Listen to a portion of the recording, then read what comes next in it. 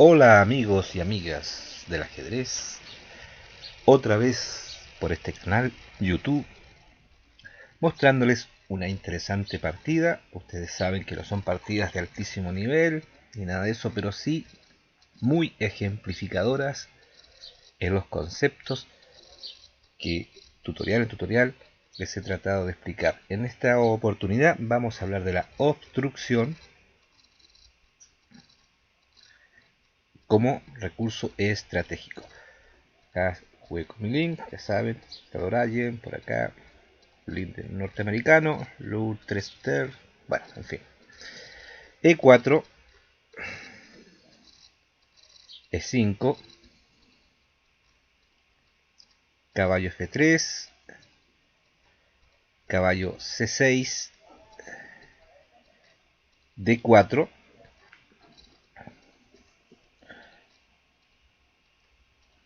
pareciera que va a ser una apertura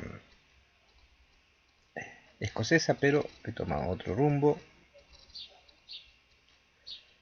E por D4, alfil C4, D5, D5. Ahí está la jugada, con la idea de ir liberando líneas para el juego negro, ya que el alfil C4 es muy peligroso y tenemos muy poco desarrollo aún en nuestro juego negro.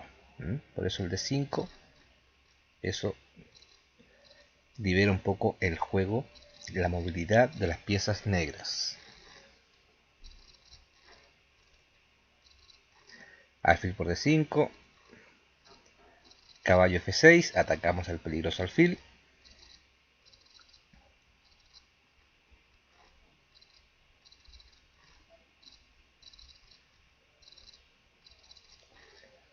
Alfil G5 y sirviéndonos de que el peón está en D4, supervisando la casilla C3, vamos a hacer un jaque y vamos a cambiar piezas para tener mayor espacio en nuestro juego. Alfil B4 jaque, C3, D por C3, caballo por C3, alfil por C3, jaque, B por C3. Y ahora nos enrocamos, enroque, con la idea de tratar de llegar lo antes posible a la casilla D6 para librarnos de esta molesta clavada, ¿no? Clavada del alfil. Esa es la idea de fondo. Pero acá reaccionan enérgicamente las blancas. Yo pensé que iban a sacar el alfil primero de acá, de esta posición, pero cambio dama, no había problema.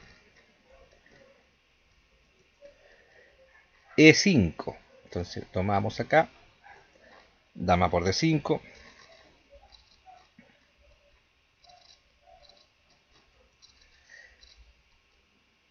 E por F6, dama D1 jaque. Hay muchas formas de jugar, ¿no?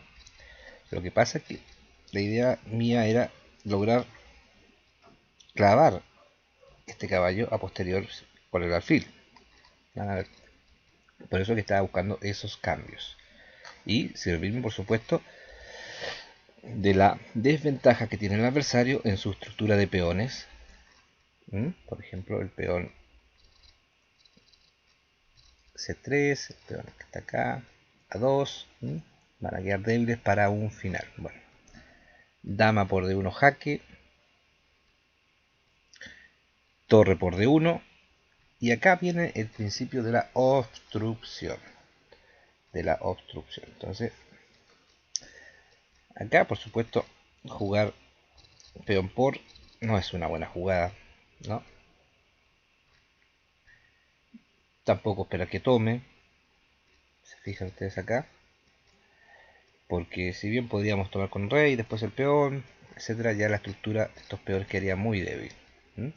Entonces la jugada natural,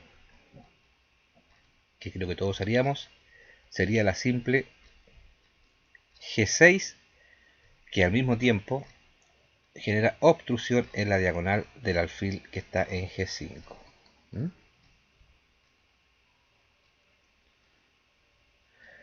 Y acá no alcanzan a dilucidar el peligro de la clavada que hay con el alfil en G4. Muy peligroso está el alfil en G4 acá. Pienso que podrían haber jugado H3 de pronto, algo así. Y deciden las blancas enrocarse. Se enrocan. Hacemos la clavada en G4. Amenazamos aún más de debilitar todos estos peones ahora en el flanco de rey. Por eso que se esperaba la siguiente jugada. Torre de 3.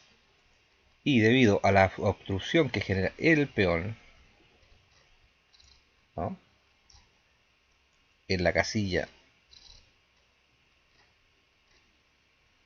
de 8, no puede hacer control sobre esa casilla, podemos jugar sin ningún problema torre a D8. Bueno,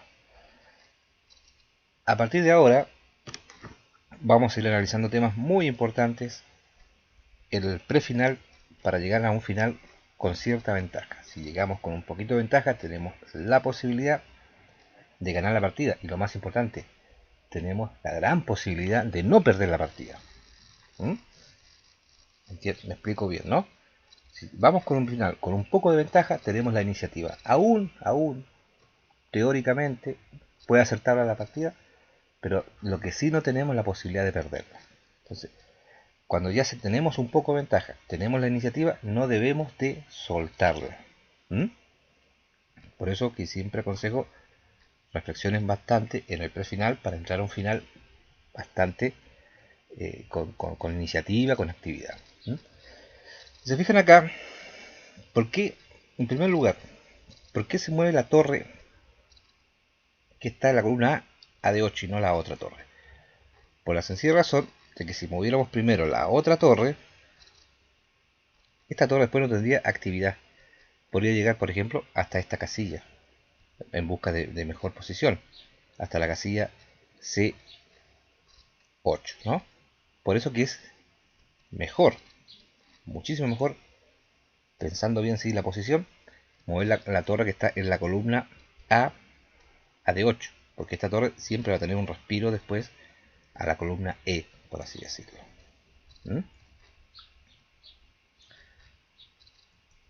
Bueno, torre F de 1, no hay peligro alguno, ¿no?, por la sencilla razón de que tenemos el caballo que está supervisando la casilla de 8, ¿no? Y acá terminamos el plan de la clavada del alfil. Simplemente tomamos y estropeamos la posición de los peones del flanco de rey blanco. Simple. Alfil por F3. No puede tomar lógicamente por el torre, sería mate. Así que G por F3. Torre por D3. Torre por D3. Torre D8. Bueno, tenemos mejor estructura de peones, pero pienso que la partida todavía es tablífera. Muy tablífera, porque el alfil tiene bastante actividad, y si conservara la torre, el blanco podría atacar puntos débiles del juego negro. Pero,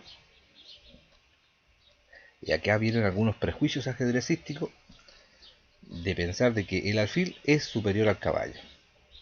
Y yo creo que el error del blanco fue precisamente esa idea de pensar, voy a entrar a un final, tengo un poco estropeado toda mi posición de peones, pero mi alfil puede ser superior al caballo negro. Por eso a lo mejor decidió cambiar la torre. Lo correcto no era cambiar torre. Por ejemplo, una buena jugada era torre E3 y el rey estaba encajonado. Está bastante encajonado, con la peligrosa jugada también alfil H6. ¿Mm? Bueno, para lo cual, para liberarse, podría jugarse después algo así como H5, etcétera, ¿no? Pero eh, tendría bastante iniciativa y contrajuego en el blanco con torre E3. Pero, pienso yo, decidió cambiar torres. Terminó mejor una infiltración a la última, a la segunda. Probablemente eso también pudo haber sido. Torre por D8. Caballo por D8. ¿Ok?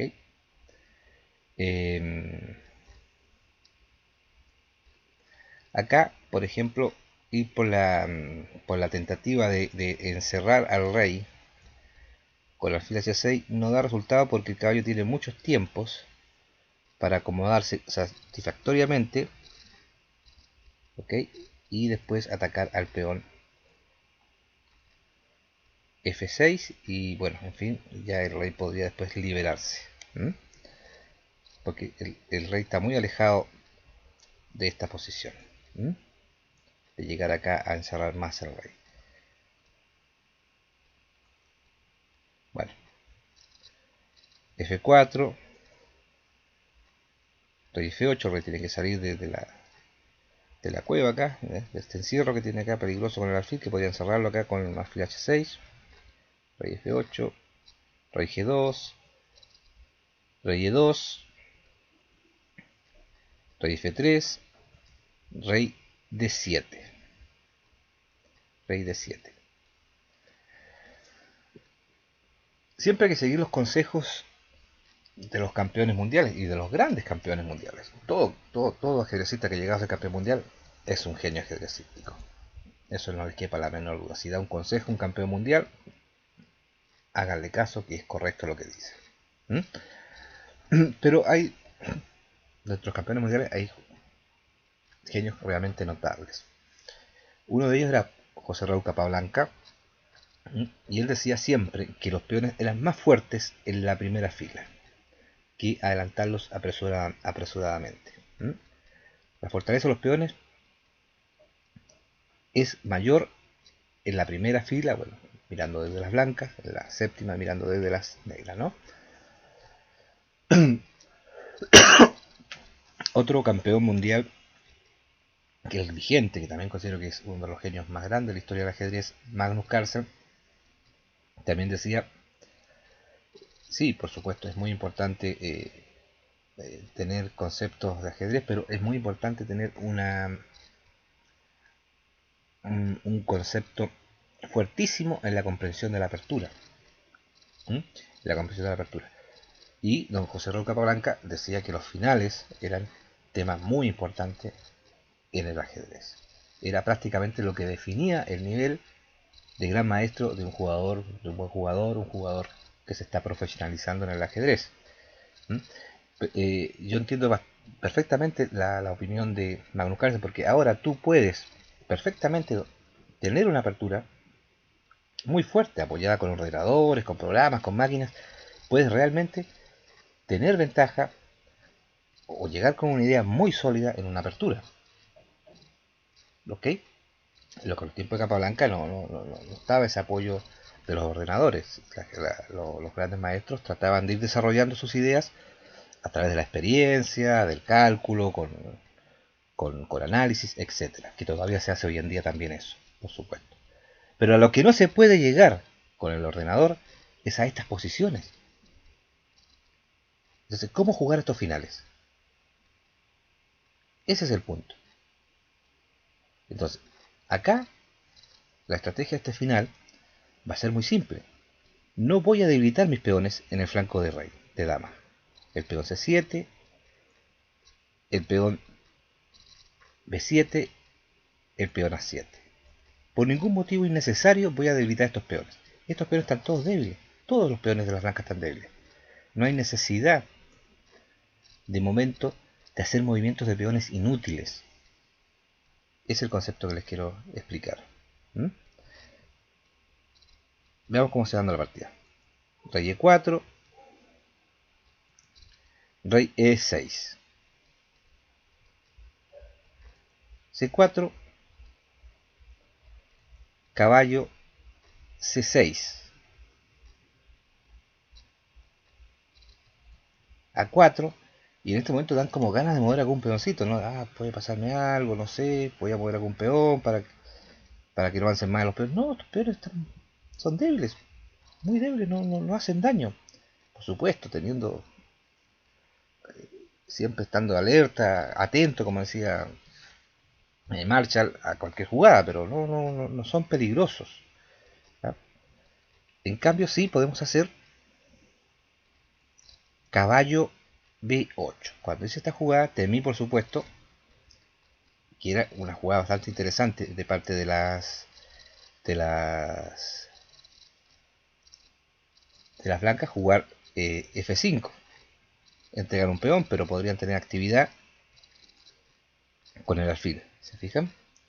Y después este alfil podría haber pegado al alfil, al peón C7 y al caballo en B8, pero como la captura es con jaque, me da el tiempo suficiente para liberarme de esa posible jugada. ¿Mm?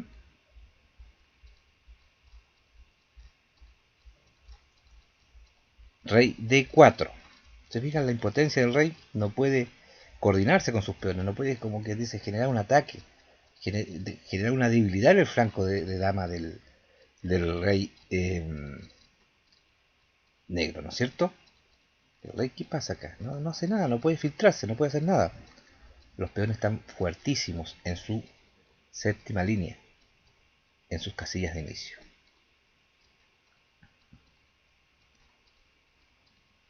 Bueno, rey de 4, caballo de 7, y ahora sí ganamos el peón. ¿Se fijan? Ahora sí lo ganamos. El peón que está en F6.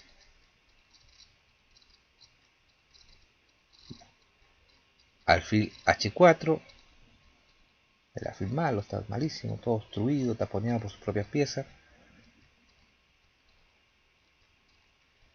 Caballo por F6, lógicamente si cambia, ganamos la partida. Tenemos muy clarito eso, que está la posición de la estructura de peones de las blancas es superior y más con peón extra.